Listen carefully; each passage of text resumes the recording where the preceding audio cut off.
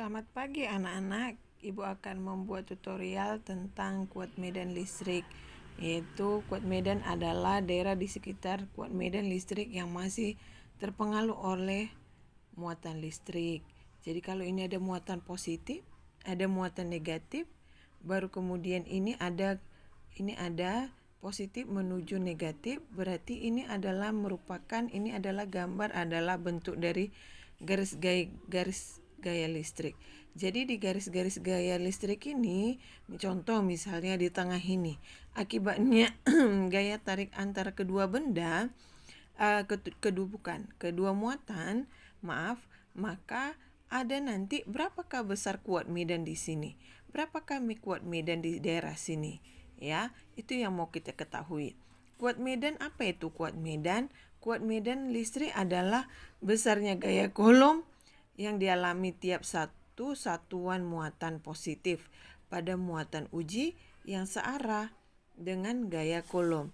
Kemudian di sini itu adalah kuat medan, ya. Jadi itu namanya adalah kuat medan.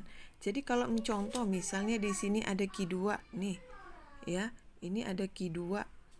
Baru di sini ini ada daerah P atau boleh kita sebut Q1, ya.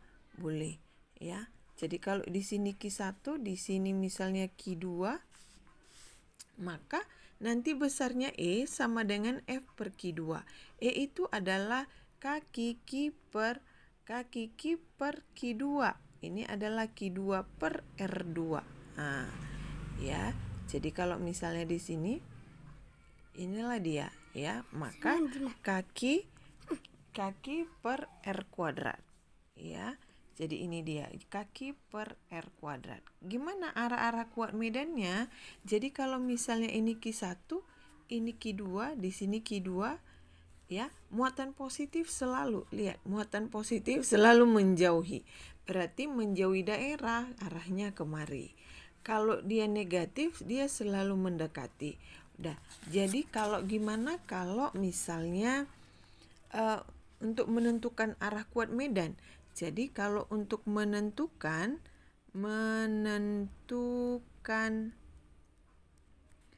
arah kuat medan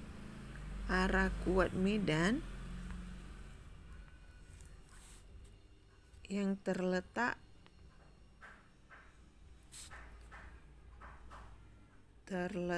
di titik P. Contoh di titik P. Nah, misalnya ini muatan positif, ini muatan negatif. Kita mau tahu berapakah kuat medan. Ada jaraknya titik P. Ini kita misalkan ini Q1, ini Q2. Akibat dua muatan Q1 dan Q2, berapakah kuat medan yang dialami oleh titik CP? Udah. Kemudian di sini ada muatan positif, ada muatan negatif.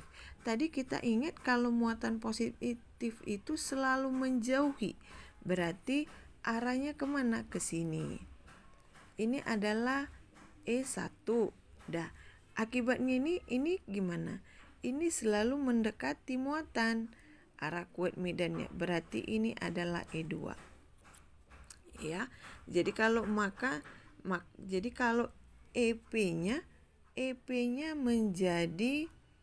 EP-nya nanti arah medannya sesuai vektor, maka E1 ditambah E2.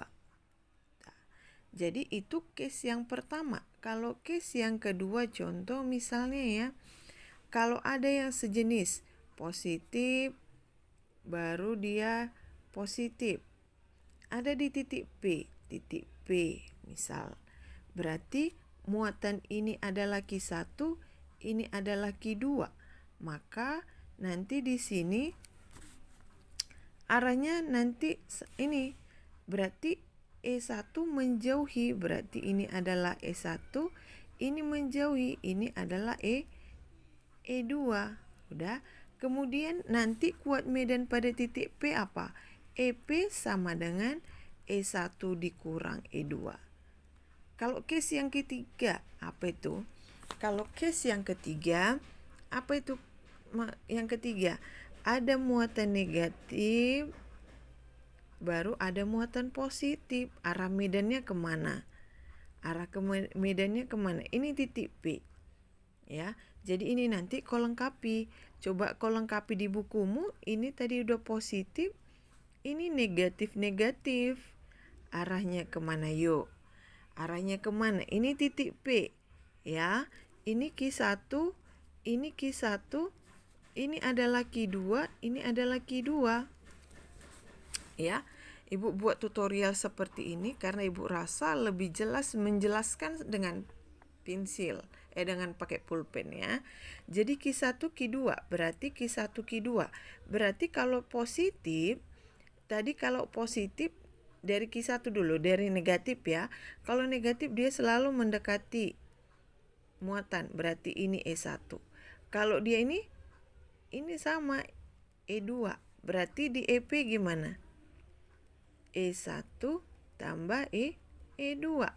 Kalau dia di sini negatif, ini negatif, sama-sama ya.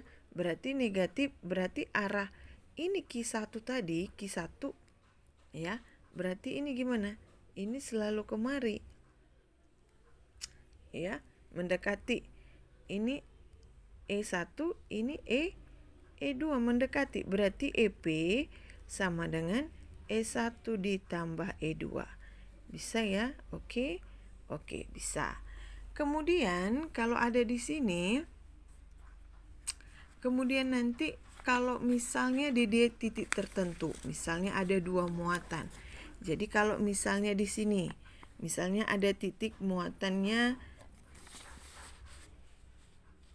titik C terletak, kalau dia titik C, kalau misalnya titik P ya, titik P terletak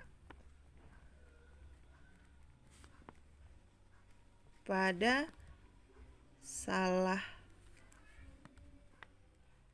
satu titik sudut segitiga, misalnya segitiga. Udah? Jadi kalau misalnya salah satu sudut segitiga, contoh misalnya ini muatan positif, ini muatan negatif. Tapi ditanya di sini, ini titik P-nya. Nah, ini kita hubungkan ya, ini jaraknya R, ini jaraknya R juga. Dah, kita buat dia sama kaki, ini R, ini R. Oke. Jadi kalau di sini ini positif, berarti arahnya kemana coba? Kalau ini pada segitiga sama kaki, ini sama kaki ya, berarti sudut yang dibentuk setiap ini adalah 60 derajat. Kalau itu contoh misalnya. Jadi kalau dia di sini ada titik P, berarti nanti kita buat di sini ini negatif, ini positif. Berarti arah kuat medannya ini kemana? Ayo. Arah kuat medannya berarti kalau dia yang positif, dia selalu menjauhi. Berarti arah E-nya kemari. Inilah Q1, ini adalah Q2. Ya. Berarti E-nya menjauhi, berarti ini tarik lurus. Berarti arah medannya ke sana. Ya, dia selalu menjauhi muatan. Dah, itu E1. Kemudian di sini ada E, di sini. Kalau di sini dia, berarti di sini ada 2. Ini adalah E2. Dah, berarti kalau di E2, berarti ini E2. Berarti ada sudut. Sudutnya berapa di sini? Ya, sudutnya adalah 120 derajat. Jadi kalau 120 derajat, kalau sudah seperti ini berarti ini adalah resultan. Berarti kalau ini seperti ini, berarti kita buatlah bentuknya jajar genjang. Ya, berarti arahnya kemari. Ini searah. Ini dia. Ini arahnya kemari. Berarti ini cara menggambar ya. Ini arahnya kemari. Ini tadi 120 kita pindahkan. Ini kemari. Ini kemari ya. Berarti itu 120 derajat. Dah, Berarti ini adalah E2, ya. Berarti ini adalah resultan. Berarti ini adalah ER-nya.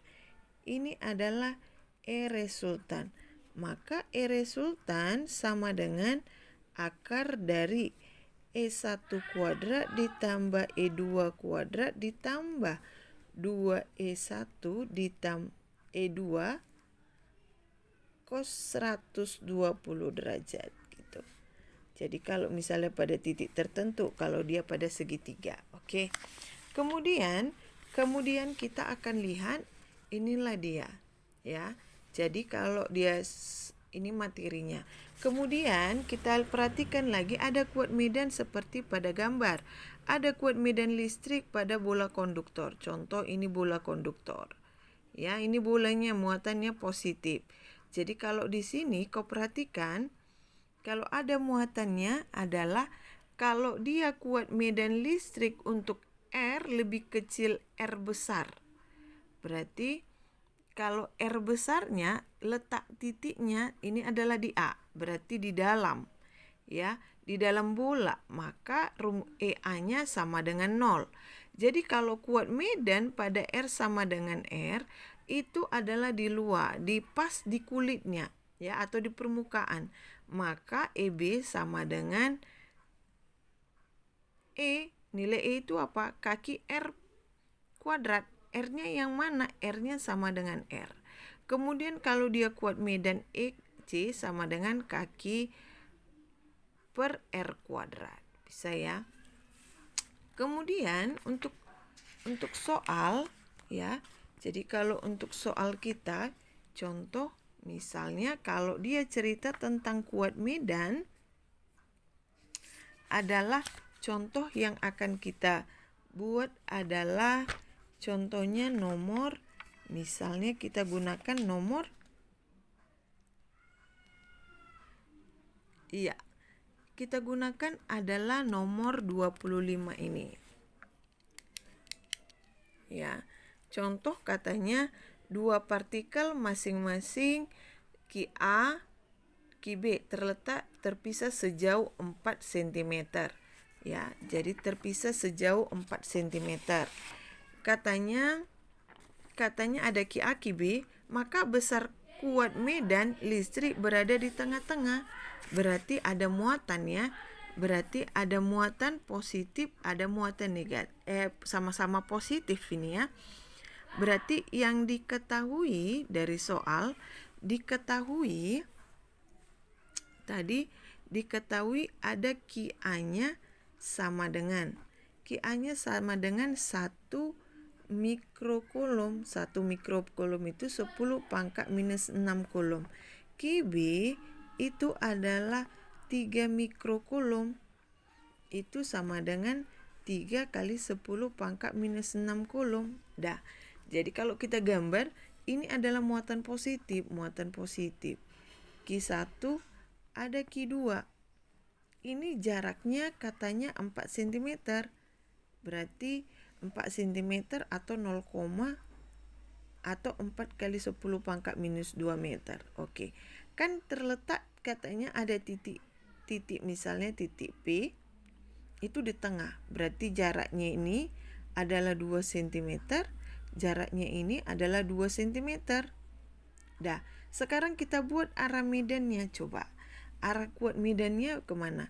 Kalau positif berarti dia menjauhi, berarti ini adalah E1.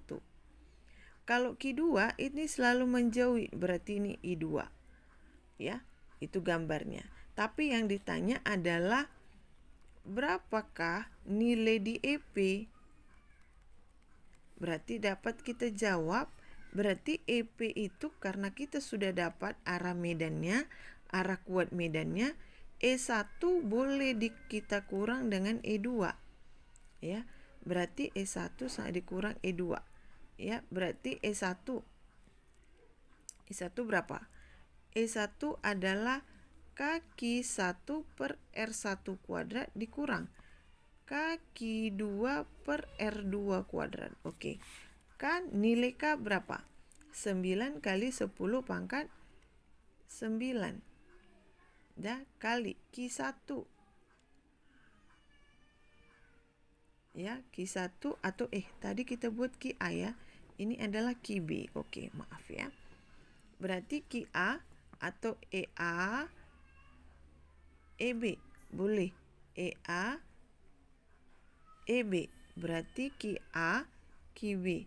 QA-nya adalah 10 pangkat minus 6 per R1. R-nya berapa? R-nya berapa? R-nya berapa? 2 kali 10 pangkat minus 2.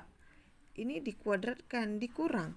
9 kali 10 pangkat 9 dikali 3 kali 10 pangkat minus 6 per 2 kali 10 pangkat minus 2. Ini kuadrat ya. Jadi nanti di sini 9 kali 10 pangkat 3 per 4 kali 10 pangkat minus 4 dikurang. Ini adalah 27 dikali 10 pangkat minus 6 per 4 dikali 10 pangkat minus 4. Berarti 9 dikurang 27 berarti min 18. Ya. Jadi kalau dia di sini ya, berarti di sini nanti min 18 kali ini minus 3. Ini bukan minus 3 ya, 9. Ini pangkat 3. Berarti kali 10 pangkat 3 per 4 dikali 10 pangkat minus 4. Ya, atau 18 min 18 per 4 dikali 10 pangkat 7. Ya, berarti kita bagi 2. Berarti ini 9, ini 2. 9 bagi 2 bisa 4,5 ya. Berarti 4,5 kali 10 pangkat 7. Ini adalah Newton per Coulomb. Bisa. Demikianlah untuk pertemuan kita hari ini. Untuk tutorialnya. Terima kasih. Selamat pagi.